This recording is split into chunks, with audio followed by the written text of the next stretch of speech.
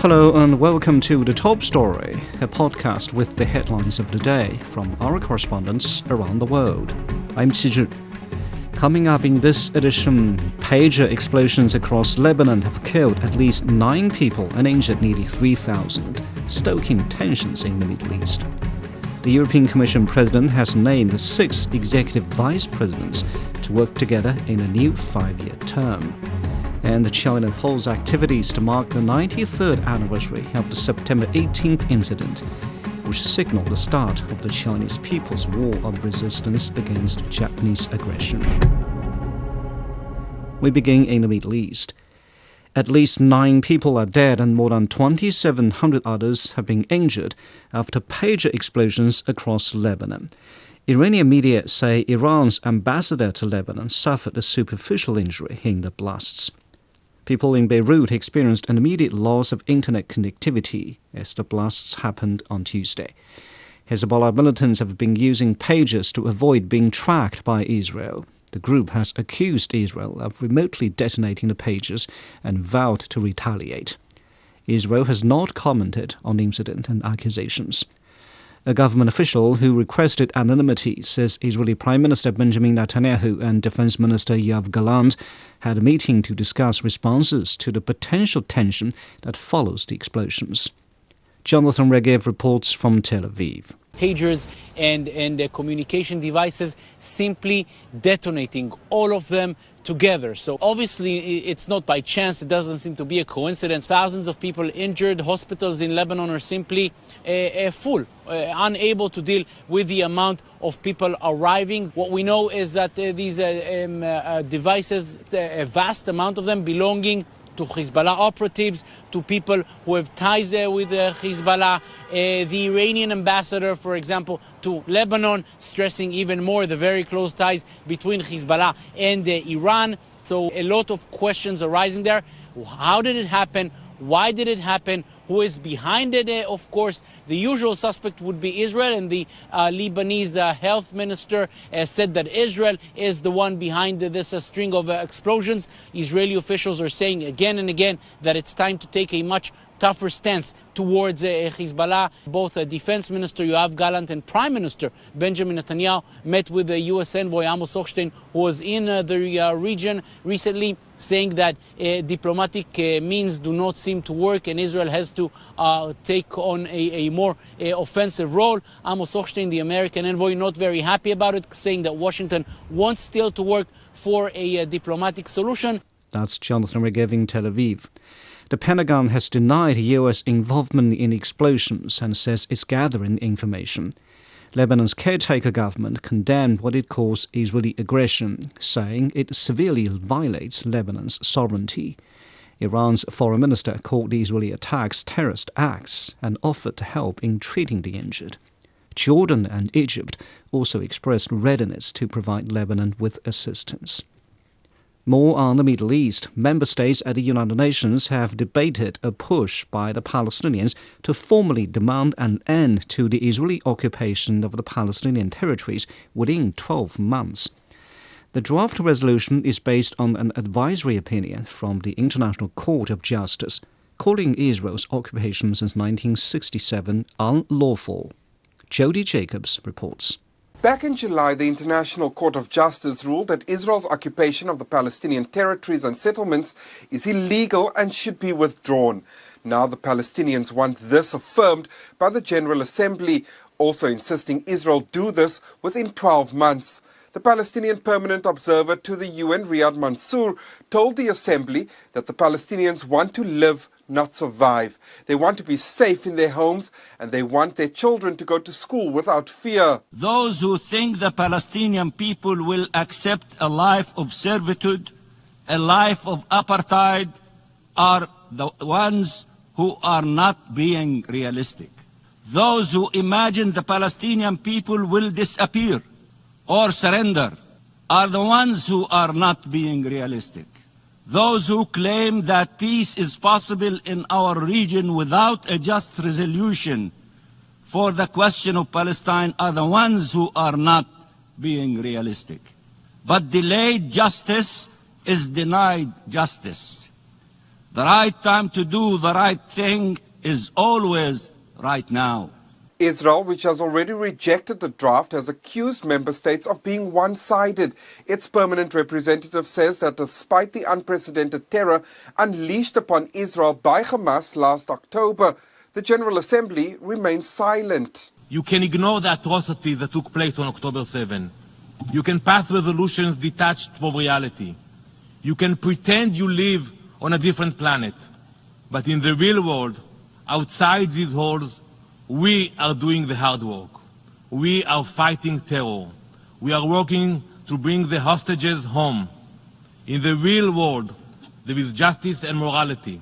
In the real world, Israel will shape its own future, striving for both victory and peace. Israel will defend itself.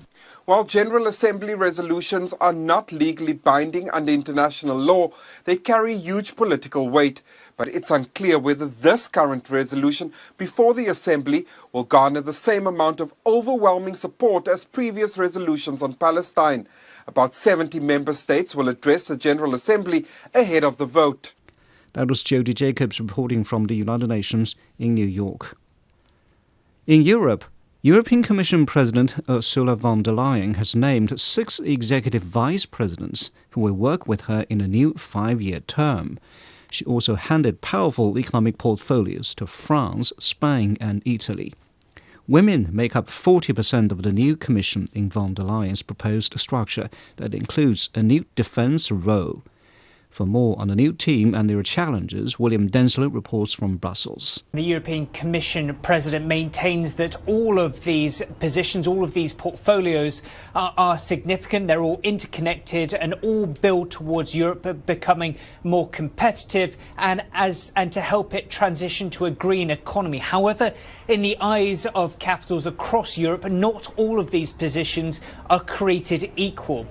Many of the economic jobs are the most coveted. They largely went to France and Spain. The issue of the economy very much front and centre in this new commission appointees that have been handed out by Ursula von der Leyen. Significantly, for the first time ever, a defence commissioner has been appointed, which just really, again, shows very clearly how the war in Ukraine looms large over this commission and could well shape many of the policies that we see out of the commission for the next 5 years. It'll be the former leader of Lithuania that will be heading that commission going forward. Important to also note that the battles as to who will take these positions is far from over yet. Now it is the chance of the European Parliament to grill all these potential nominees and to have the final say on whether they will in fact be appointed. That is a process that could take weeks, it could be months, potentially around December time before these nominees could actually finally get to work and start building on the Commission's plans for the next 5 years. That was William Denslow on the proposed new EU Commission. In North America, the Latino electorate is now the second largest voting bloc in the United States. This year, more than 36 million Latinos are eligible to vote, about 4 million more than in 2020. About 25% of those voters will cast their ballots for the first time. Nitza Soledad Perez has more on their voting preferences and what will drive them to the polls. There is no single definition of the Latino vote in the U.S. This diverse voting bloc is multicultural, pluralistic, and multinational, with varying regional preferences. Latinos hold a 15% share of the U.S. electorate, the second largest voting group. Both Republican and Democratic presidential candidates are working hard for their support, bringing in celebrities. I am so excited to be here tonight. What an honor. So when someone asks you, is she ready to lead this country forward, we're going to say, she se puede. Musicians. Since Trump hasn't been around, Puerto Rico's, it's not a secret, we've been going through a lot. Well, I'm a content creator. I make videos on TikTok in Spanish for the Latino immigrant community here in the United States. And young social media influencers popular within the Latino community. Historically, Latinos have primarily supported the Democratic Party. There has been a shift in recent years, with some moving to the right. Recent polls indicate that Kamala Harris has energized the Latino base. How the Latinos vote may go a long way toward deciding who wins in November. Historically, the Latino vote hasn't significantly impacted presidential elections due to their heavy concentration in solidly blue or red states like California, Texas, and New York. However, in 2024, key swing states such as Arizona, Nevada, and Georgia, with their increasing numbers of eligible Latino voters, are crucial for winning the White House. That was Nitza Soledad Paris reporting from the United States. In Asia, China has held commemorative activities across the country on the 93rd anniversary of the September 18th incident, which marked the beginning of the Chinese People's War of Resistance against Japanese aggression.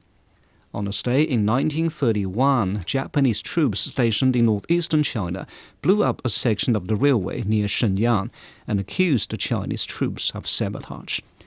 To remember history and cherish peace, students in Beijing's neighboring Hebei province visited the Martyrs Cemetery and laid flowers to show respect. In the southwestern Sichuan province, students attended class meetings to learn from history. In Heilongjiang province, the Northeast China Revolutionary Martyrs Memorial Hall has exhibited a map published in 1939 showing Japan's plan to move massive migrants to northeastern China. Xu Yi attended a memorial in Changchun, where Japan established a puppet regime during its occupation. At 9:18 a.m. local time, sirens sounded and a huge bell toned here in northeast China. And then the representatives from various fields took the oath to remember the history. And after singing the song, Ode to My Motherland together, they began a tour to the museum of the Imperial Palace of Manchukuo to know more about the history. And in Shenyang, Liaoning province, there is a bell tolling ceremony as the annual routine held at the Liaoning September 18th History Museum. Over 1,000 people attended the ceremony. Every year on this day, a large number of Shenyang citizens spontaneously come to the September 18th History Museum to participate in activities to memorize this incident. This day is a day that Chinese people will never forget. This is a day of national mourning and a day of national hardship. So we will not forget this history, and we often think of it as a reason for our people to be strong. On this special day, 76 young pioneers from Dongchang Primary School once again came to the Museum of the Imperial Palace of Manchukuo, an important base for patriotic education, to serve as red scarf docents so they can feel the history more directly, understand the history, and cherish today's peaceful life more. I feel that just now the lecturer told a very good story. I also heard many moving stories of heroes. Their spirit deserves our praise. So we should study hard, cherish our happiness now, never forget the national humiliation, and revitalize China.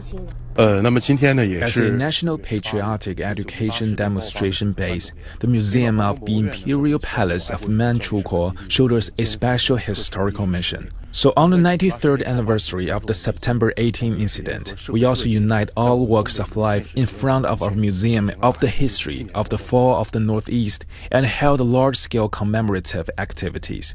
We also hope that through such commemorative activities, we can warn future generations to remember the national humiliation and cherish peace. Dongbei, the northeast of China region, the land once stained with bullets and blood, has made irreplaceable contributions to the industrial field. And this area is now developing more new quality productivity forces, making its great efforts to the national economy. That was Xu Yi reporting. Now recapping the headlines.